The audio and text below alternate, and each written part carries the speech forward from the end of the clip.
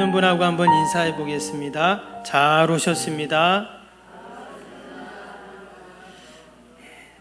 칭찬받는 성도가 됩시다. 해볼까요? 오늘 제목이 칭찬받는 교회입니다. 우리가 지난번에 복음을 전하는 교회, 또 전도하는 교회, 안디옥 교회에 대해서 함께 살펴보았죠. 오늘은 두 번째 시간으로 칭찬받는 교회, 또 칭찬받는 성도에 대한 말씀을 함께 나누고 은혜를 나누겠습니다. 오늘 말씀은 예루살렘 교회, 초대교회 모교회라고 하는 예루살렘 교회에 대한 그런 말씀입니다. 오늘 말씀을 보기 전에 먼저 잠깐 도표를 하나 좀 보여드리려고 하는데요. 잘 보이지는 않는데 이 그래프가 어떤 그래프냐면 우리 기독 공부에 나온 그 내용입니다. 기윤실이라고 기독교 윤리운동본부가 있는데 거기서 한 2, 3년에 한 번씩 여러 가지 설문조사를 하는데 이제 그 내용입니다. 과연 한국교회, 세상에서 한국교회에 대한 신뢰도가 어느 정도 되는가, 그를 지난 2월 16일 날 그렇게 서울 100주년 기념관에서 이렇게 발표를 했어요. 기독 공부에 그것이 이제 실린 것을 제가 보았는데 여러 가지 내용들이 있는데 한마디로 어떤 내용이었냐면 사람들이요, 믿지 않는 세상 사람들이 불교는 친근하게 여긴다 이렇게 말했고요, 천주교는 호감이 간다 그랬고, 우리 기독교 개신교를 말하는데 개신교는 거리감이 느껴진다 이렇게 말했다는 거예요. 실제로 성인 남녀 1000명에게 물었답니다. 가장 친근감이 있는 종교가 뭡니까? 그랬더니 1위가 불교였어요. 불교가 23.2%, 다음은 카톨릭 19.9%, 개신교는 19.6%였습니다. 그럼 호감이 가는 종교는 뭡니까? 그랬더니 이번에는요 1위가 카톨릭이었어요. 24.7%, 그 다음에 불교 23.4%, 개신교는 16.2%였어요. 이 친근감과 호감이 조금 비슷한 것 같기도 한데, 친근감은 이미 옆에 있는 거고요, 호감은 내가 마음이 들어서 이제 가보려고 하는 그런 것을 말합니다. 근데 친근감과 호감이 두 개 다 개신교가 없는 거예요. 그리고는 도리어 개신교는 거리가 좀 멀다 이렇게 느꼈다는 겁니다. 지금 이 도표는 뭐냐면 한국교회가 세상으로부터 신뢰도가 어느 정도인가 라는 내용인데, 앞에 다시 한번 보여주시면 신뢰를 매우 신뢰한다, 교회를 신뢰한다는 게 2.7%였어요. 또 약간 신뢰한다 18.3%, 그러니까 두 개 합치면 20%가 안 되는 거예요. 그리고는 80%가, 그러니까 100%에서 80%가 별로 신뢰하지 않는다, 교회를 이렇게 얘기를 했어요. 믿지 않는 자들이. 여러분, 이것은 우리가 전도할 때 상당한 방해 요소가 됩니다. 여러분, 내가 누군가를 신뢰하지 않는데 그 사람 따라가겠어요? 근데 믿지 않는 자들이 교회를 그렇게 생각한다는 겁니다. 특별히 코로나 이후에 이것이 더 퍼센트가 높아졌습니다. 이 통계를 보면서 참 마음이 아프고 참 안타깝다 하는 그런 생각을 해 봅니다. 과연 교회가 왜 사람들에게 세상으로부터 이렇게 신뢰를 잃어가고 있나? 원래 교회는 그렇지 않았어요. 우리가 오늘 함께 말씀을 읽고 있는 이 예루살렘 교회를 보면 어떻습니까? 한번 다시 볼까요? 47절 말씀 보겠습니다. 하나님을 찬미하며 또 온 백성에게 칭송을 받으니 이랬어요. 또 밑에 위에 43절은 뭐라고 했냐면 사람마다 두려워하는데 그랬죠. 그러니까 세상 사람들이 예루살렘 교회를 보면서 막 칭찬을 하고 또 한편으로는 두려워했어요. 여기서 두려워했다는 말은 두 가지 의미가 있는데, 영어에도 보면 fear라는 무슨 공포 영화 같은 두려움이 있잖아요. 거기서 오는 두려움이 있고, 또 하나는 aw라는 단어가 있습니다. AWE라는. 근데 이것은 존경하고 경외하는 두려움이에요. 근데 여기서 쓴 두려움은 두 번째입니다. aw라는 영어 단어에 경외하고 근접할 수 없는 그런 존경으로 두려워하는 것을 말해요. 당시 예루살렘 교회를 보면서 당시 사람들이 그렇게 여겼다는 거예요. 막 칭찬을 하고 또 두려워하고. 그랬더니 결과가 어떻게 됐습니까? 47절 다시 한번 보시면 주께서 구원받는 사람을 날마다 더하게 하셨다, 이렇게 나와요. 이 교회가 날마다 부흥하고 성장을 했다는 그 말이죠. 여기서 단순히 하나님을 찬미했다라는 말이 그냥 노래하고 찬양했다 이런 의미가 아닙니다. 이 찬미라는 단어를 보면 아이네오라는 단어인데 이게 헬라어죠. 신약 성경이니까. 근데 구약에 보면 이 찬미, 찬양과 관련된 단어가 많이 나와요. 바락이라는 단어, 야다라는 단어, 또 루아라는 샤바, 스르, 다 이런 찬양과 찬미라는 단어인데요. 이게 어디에 쓰였냐면 제사와 관련된 단어예요. 그러니까 예배와 관련된 단어인 겁니다. 즉 지금 하나님을 찬미했다는 말은 무슨 말이냐면 하나님께 예배했다, 하나님을 경배했다, 이런 뜻이거든요. 근데 오늘 말씀해 보니까 46절에 그들이 날마다 어디에 모였어요? 성전에 모이길 힘썼다 그랬잖아요. 그러니까 그들이 날마다 성전에 모여가지고 하나님을 찬양하고 경배하고 예배했다, 이 말이에요. 초대교회는 예배드리는 공동체였습니다. 그래서 그들이 늘 성전에 모여서 하나님께 예배드리고, 뭐 성전에서만 예배드린 게 아니에요. 이어지는 말씀해 버렸어요. 집에서 그랬죠. 또 집에 가서는 떡을 떼며 기쁨과 순전한 마음으로 음식을 먹고 이랬어요. 여기서 떡을 뗐다라는 말이 뭐냐면 그냥 집에 가서 떡 먹었다 이러면 되잖아요. 근데 떡을 뗐어요. 여러분, 떡을 떼는 게 뭡니까? 우리 성찬할 때 보면 떡을 뗐다는 표현을 쓰잖아요. 그래서 여기서 떡은 애찬의 떡, 그냥 밥 먹는 떡이 아니라 성찬, 주님의 살과 피를 먹고 떼는 그 의미를 말합니다. 그래서 초대교회 때는 아직 건물이 없잖아요. 그래서 그들이 집에 가서, 집에서 우리로 치면 뭐 가정 예배지만 집에서 예배를 드려요. 또 이웃을 데려다 같이 예배를 드립니다. 뭐 우리 구역 예배라고도 말할 수 있고요, 가정 예배라고도 할 수 있는데, 그들이 예배 드릴 때마다 뭘 했냐면 우리로 치면 성찬 예배를 드린 거예요. 초대교회는 모일 때마다 성찬 예배를 드렸습니다. 왜? 주님이 그것을 기념하라, 그 말씀을 따라서 모일 때마다 주님이 우리를 위해서 흘리신 피와 살을 생각하면서 이제 성찬 예배를 드린 겁니다. 바로 집에서 떡을 뗐다는 말이 이제 그것을 말을 하고 있어요. 이처럼 초대교회는, 예루살렘 교회는 늘 그들이 모여서 성전에서든 아니면 회당에서든 아니면 집에서든 어디에서든지 그들이 이처럼 하나님께 예배드리고 찬양하고 또 하나님께 영광을 돌렸다라는 것입니다. 결국 이 모습이 어떻다는 거예요?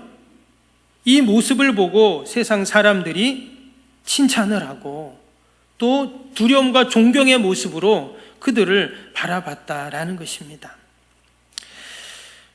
여러분, 우리가 하나님 앞에 참된 예배를 드리고 하나님이 기뻐하시는 예배를 드리고 하나님의 영광이 충만한 예배를 드릴 때, 여러분, 세상이 우리를 보면서 야, 정말 그들이 우리 예배를 다 이해하지는 못하겠죠. 그러나 그 모습을 부러워하고 또 더 나아가서 그들이 존경하고 또 칭찬하는, 여러분, 그러한 은혜가 분명히 있을 줄로 믿습니다. 제가 지난 금요일도 잠깐 소개를 드렸는데, 지금 미국의 켄터키의 에즈벨이라는 시골 마을입니다. 6천 명밖에 안 되는 작은 마을인데 거기에 대학교가 있는데 거기서 체프를 드리고 예배를 드리고 났는데, 이후에 그 학생들이 막 기도를 하는데 2월 8일 날 예배 드린 게 지금 한번 사진 한번 보여주실래요? 이게 지금 학교에 있는 채플실인데 지금 예배를 이렇게 드렸어요. 그리고 나서 지금까지 3주가 넘은 지금까지 24시간 계속 기도와 예배와 찬양이 진행이 되고 있다는 거예요. 그 사람들이 야, 이게 무슨 일이냐 그래서 동네 사람들, 지역에 있는 사람들, 또 미국 각지에 있는 사람들, 전 세계 사람들이 지금 이 에즈베리로 몰려들어요. 근데 그 예배당에 들어갈 수 없으니까 학교 그 밖에 정원에 수만 명이 모여가지고 지금 기도하고 찬양하고 이걸 24시간 계속 하고 있다는 거예요. 이게 놀라운 일이에요. 그래서 지금 신학자들, 목사님들, 성도들, 일반인들까지 저 줄 서 있는 거 보시죠.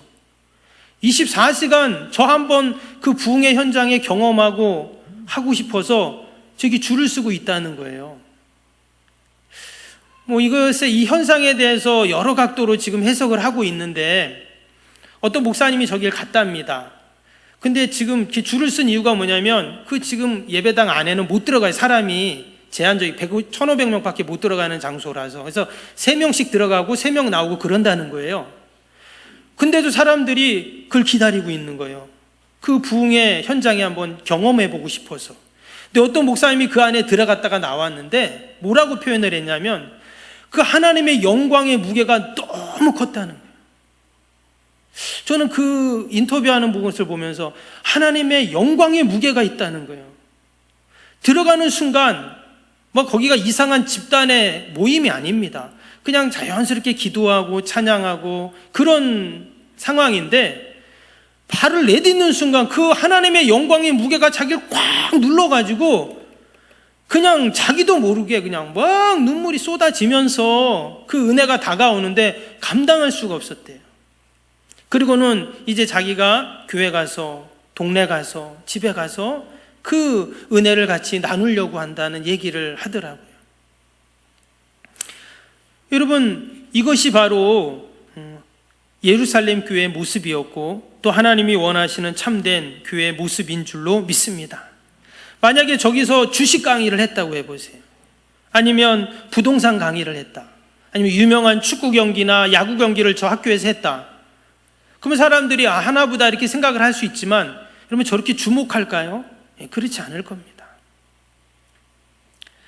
여러분, 놀라운 역사가 지금 일어나고 있습니다. 그럼 미국 전역에 지금 그 기도 운동이 막 이제 퍼지고 있대요. 우리 석병교회도 이런 기도 운동, 또 부흥의 운동, 또 은혜 운동이 여러분 퍼져나가기를 축복합니다. 아멘 좀 크게 하십니다. 아멘. 저기서 하는가 보다 이렇게 생각하지 마시고, 그런 하나님의 은혜와 역사가 있을 때 사모해야 돼요. 우리에게도 좀 저게 왔으면 좋겠다. 제가 놀란 게 뭐냐면, 저희 친구 목사님이 있는데 그 목사님 할머니가 계세요. 그 할머니가 예전에 여의도 순복음교회를 다니셨답니다. 근데 연세가 많으시고 교회 못 가잖아요. 너무 많으셔가지고. 그래서 이제 거기는 위성으로 TV로 이렇게 예배를 드린대요. 못 가는 사람들은. 근데 TV를 보면서도요, 병이 낫고 기적이 일어난다는 거예요. TV 보는데 어때? 그게 믿음이죠. 그런 소망이고. 우리에게도 그러한 열망이 있고 소망이 있고 믿음이 있으면, 지금 에즈벨에서 일어나는 부흥이 우리의 가정에서도, 우리 석병교회에서도, 이 민족에도 분명히 저는 일어날 줄로 믿습니다. 오늘 예루살렘 교회가 그랬습니다. 지금 하나님 앞에 그런 참된 예배를 드리니까 세상 사람들이 다 존경하고 칭찬하고 이런 교회예요. 근데 여러분, 예배라는 건 뭡니까? 하나님과 나와의 수직적인 사랑의 행위잖아요. 근데 오늘 예루살렘 교회는 보니까 수직적인 하나님과의 사랑의 관계뿐만 아니라 수평적인 사랑의 관계도 이루어졌어요. 그게 오늘 44절, 45절이죠.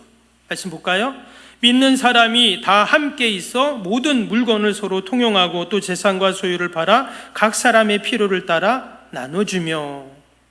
이 말씀이 4장에도 나옵니다. 4장 32절부터 35절 보시면, 믿는 무리가 한 마음과 한 뜻이 되어 모든 물건을 서로 통용하고 자기 재물을 조금이라도 자기 것으로 하는 이가 하나도 없더라.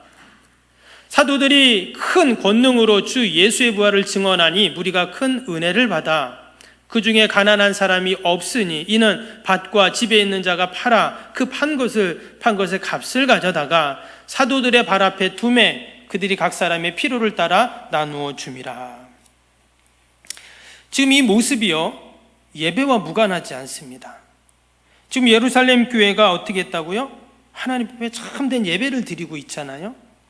그리고 나서 이어지는 지금 이 말씀들이에요. 즉 그들이 하나님을 향한 그 사랑이 어찌 보면 머무는 사랑이라고 할 수 있는데, 이웃을 향한 나눔의 사랑은 흩어지는, 나눠주는 사랑이잖아요. 그래서 꽉 움켜잡는 예배가 아니라 나누어주는 예배, 또 머물러 있는 사랑이 아니라 또 나누어주는 그 사랑을 보여주고 있다는 것입니다. 이것이 칭찬받은 이유였고 존경받은 이유였다는 거예요. 자기들만 좋아서 예배드리고 하나님께 예배드리고 그냥 집에 다 가버렸다면 이러한 역사는 일어날 수가 없죠. 날마다 부흥하는 역사는 일어날 수가 없었을 것입니다. 그런데 예배를 드리는 것도 중요하지만 예배를 드리고 나서가 더 중요하다는 것을 말하고 있어요. 예배 드리고 나서 그 다음에 어떻게 할 거냐는 거죠. 예배 드리고 나서의 그들의 삶, 사랑의 나눔이었어요. 이웃에게, 형제들에게, 가족들에게, 또 그가들이 처한 곳에서 주님께서 주신 그 은혜와 사랑을 나누는, 심지어는 자기의 것을 팔아가지고 다 가지고 와서 같이 나눴다는 것입니다. 사도행전 11장에 보면 당시 예루살렘에 큰 흉년이 들었습니다. 그때 당시에 다스리는 로마의 황제가 글라우디오라는 황제인데 이 사람 누구냐면 네로의 아버지입니다. 근데 얼마나 큰 흉년이 들었냐면 이 예루살렘 교회가 이방 교회로부터 구제금을 받아야 될 정도로 힘들었어요. 지금 이렇게 가난한 사람들, 힘든 사람들이 교회에 몰려오잖아요. 그럼 그들을 도와줘야 되는데 흉년이 드니까 다 힘들어요. 그때 이방 교회들, 안디옥 교회나 또 다른 교회들이 이 예루살렘 교회에 구제금을 보냅니다. 힘들다는 얘기를 들었는데 같이 나누세요 이러면서 보낸 거예요. 그러니까 지금 다 힘들고 어려운 때예요. 그럼에도 불구하고 이렇게 자신의 것을 팔아서 가져와서 어려운 사람을 나눴다는 건 자기의 생명을 나눈 것이죠. 그래서 그들이 칭찬받은 거고 존경을 받은 거예요. 나밖에 모르는데 뭔 칭찬이 있고 존경이 있겠습니까? 근데 우리가 이 모습을 보면서 우리는 예수님을 생각하게 됩니다. 여러분, 교회는 주님의 몸된 교회라고 하잖아요. 교회는 예수님이잖아요. 근데 예수님이 어떻게 하셨냐? 예수님이 자신의 목숨을 내어주셨어요. 안 내어주셔도 되는데 굳이 내어주세요. 예수님께서 천군 천사를 다 호령하셔서 당시의 모든 로마 제국을 다 멸하시고 하나님 나라를 세우실 수도 있는데, 그리고 수많은 기적을 행하신 것처럼 또 다른 기적을 행하셔서 사람들이 회개하고 자신의 죄를 다 내려놓고 하나님께 돌아오고 이렇게 하실 수 있는데, 예수님께서는 그렇게 하지 않으시고 본인이 십자가에 달리셔서 물과 피를 다 쏟으시고 다 살을 떼어주셔서 놀라운 구원의 역사를 이루어 주셨습니다. 지금 예루살렘 교회는 그렇게 하고 있는 거예요. 예수님처럼 하고 있는 겁니다. 여러분, 동일하게 우리 석병교회가 어떻게 해야 될까요? 또 우리 성도들, 나는 어떻게 해야 되는가? 우리가 이 사순절에 다시 한번 우리의 예배를 돌아보고 또 우리의 나눔과 사랑을 점검하는 은혜가 있기를 축복합니다. 우리 석병교회는 하나님께 칭찬받는 교회가 되어야 할 줄로 믿습니다. 이미 우리는 칭찬을 받고 있어요. 맞습니까? 제가 포항에 처음 왔을 때 목사님들 인사를 하잖아요. 제가 석병교회 박보준 목사라고 합니다. 저한테 이렇게 제가 인사를 하면 하나같이 저한테 하시는 말씀이, 그 석병교회 이런 분 한 명도 없었어요. 다 좋은 교회라고 얘기하더라고요. 다 좋은 교회라고 다 말씀해 주셔서, 좋은 교회 잘 오셨네요. 잘 오셨네요. 우리 장로님들 좋으시고 원로 목사님 좋으시고 성도님 좋으시고 또 석병교회가 좋은 일 많이 하고 다 저한테 그런 얘기를 해 주셨거든요. 이 말이 뭘까요? 우린 칭찬받는 교회예요. 이후로도 저와 여러분 때문에 또 우리 석병교회가 하는 모든 사역들이 여러분 칭찬받는 우리 교회가 되어야 할 줄로 믿습니다. 제가 얼마 전에 인터넷에서 희한한 신문을 봤습니다. 우리가 조선일보, 경향신문, 동아일보 이런 신문이 있잖아요. 또 요즘에 인터넷 또 이런 여러 가지 신문들이 있던데, 이 신문이 어떤 신문이냐면 칭찬신문이에요. 진짜 신문이에요. 칭찬신문이라는 게 있더라고요. 그 신문 기사는 뭐냐면 온통 칭찬 내용만 나오더라고요. 그리고 칭찬 학교가 있고 칭찬하는 날을 정해놓고 이달에 칭찬 왕을 뽑고, 아주 특이한 게 뭐냐면 칭찬 박사 1급, 2급 자격증을 또 주더라고요. 돈 내고 그 과정을 하면 그 자격증을 준다는 거예요. 그래서 그냥 칭찬하면 되지 무슨 또 이런 것까지 하나, 그런 생각을 했는데, 그 신문 표어가 뭔지 아세요? 전 국민이 칭찬받는 그날까지. 그 타이틀이더라고요. 전 국민이 칭찬받는 그날까지. 여러분, 세상으로부터 칭찬받는 교회가 되고 또 칭찬받는 성도가 우리가 되어야 하면 말할 것도 없고, 더불어서 또 우리가 칭찬하는 사람이 되어야 할 줄로 믿습니다. 아멘. 저를 비롯해서 우리가 참 이렇게 칭찬하는 게 잘 안 돼요. 저도 이렇게 성도님들 얘기하고 또 사람들 이야기하다 보면 아무아무게 칭찬하고 아무아무게 칭찬하는 보다는 비난하는 얘기를 많이 하거든요. 근데 우리가 그게 익숙해져 있어요. 근데 여러분, 예루살렘 교회가 칭찬받는 교회였다는 말은 어떤 말이에요? 칭찬하는 교회였다는 거예요. 성도들 서로 칭찬하고 힘들고 어려운 사람들 칭찬. 여러분, 교회가 맨날 비난하고 정죄하고 적을 만들고 이러는데 무슨 칭찬을 받겠어요? 내가 먼저 예루살렘 교회가 칭찬하는 교회였기 때문에 그런 칭찬을 받은 거죠. 우리 석병교회는 우리 모든 성도님들은 늘 칭찬하시기를 바랍니다. 그런 의미에서 우리 옆에 있는 분에게 한번 연습하면, 이거 연습이에요. 뭐라고 칭찬해야 될까요? 우리 남자한테는 잘생기셨습니다. 아니면 정말 예쁘십니다. 칭찬해 봅니다. 시작. 하시라니까 왜 안 하세요? 한번 해보세요. 그럼 한번 이렇게, 스타일 정말 멋지십니다. 시작.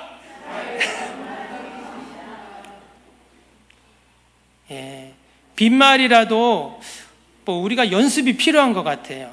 빈말이라도. 한 번만 더 해봅시다. 장로님, 권사님, 집사님이 최고입니다. 한번 해보세요.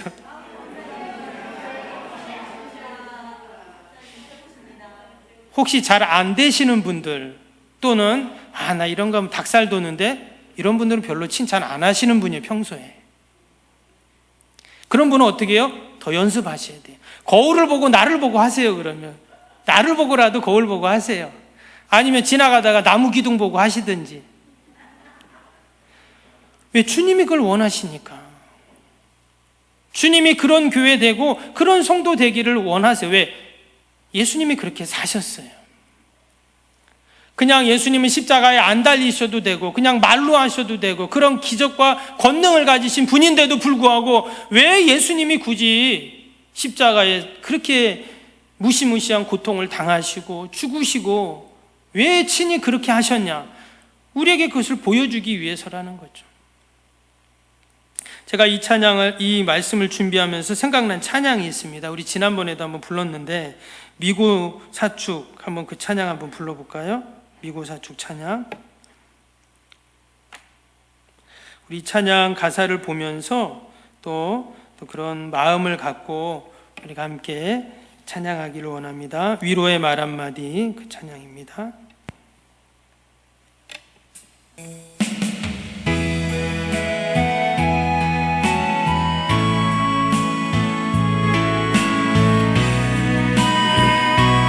우리 가사를 보시면서 함께 찬양하기 원합니다. 위로의 말 한마디, 긴장을 풀어주고 용서의 말 한마디, 치유를 가져옵니다. 겸손한 말 한마디, 존귀 여김받고 교만한 말 한마디, 멸망을 가져옵니다. 가장 아름다운 말 미고사주 미안해요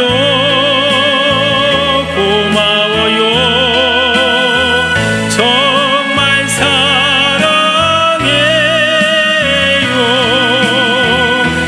이고 당신을 축복합니다. 2절합니다. 쓰디스 말 한마디 증오를 씹히고 잔인한 말 한마디 영혼을 파괴합니다. 격려의 말 한마디 새 소망 심어주고 지혜의 말 한마디 인격의 향기입니다. 가장 아름다운 말 미고사 우리 옆에 있는 분을 보면서 한번 해볼까요? 옆에 있는 분 미안해요 고마워요 정말 사랑해요 그리고 당시 옆에 있는 분 보면서 축복합니다. 축복합니다. 3절입니다. 무례한 말 한마디 다툼을 일으키죠. 다툼을 일으키고 상대방을 저주하는 말 한마디 주의 말 한마디 나의 축복도 다 걷어갑니다. 축복을 합니다. 사랑의 말 한마디 사랑의 말 한마디 생명을 불러오고 생명의 말 한마디 사랑을 키워줍니다. 가장 아름다운 말 가장 아름다운 말 미고사주 미안해요 미안해요 고마워요 정말 사랑해요 그리고 당신을 축복합니다. 다시 한번 그리고 당신을 축복합니다. 그리고 당신을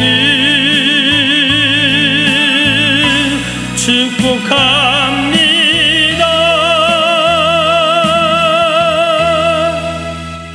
우리 한번 이 시간 한번 같이 기도하는 시간 갖겠습니다.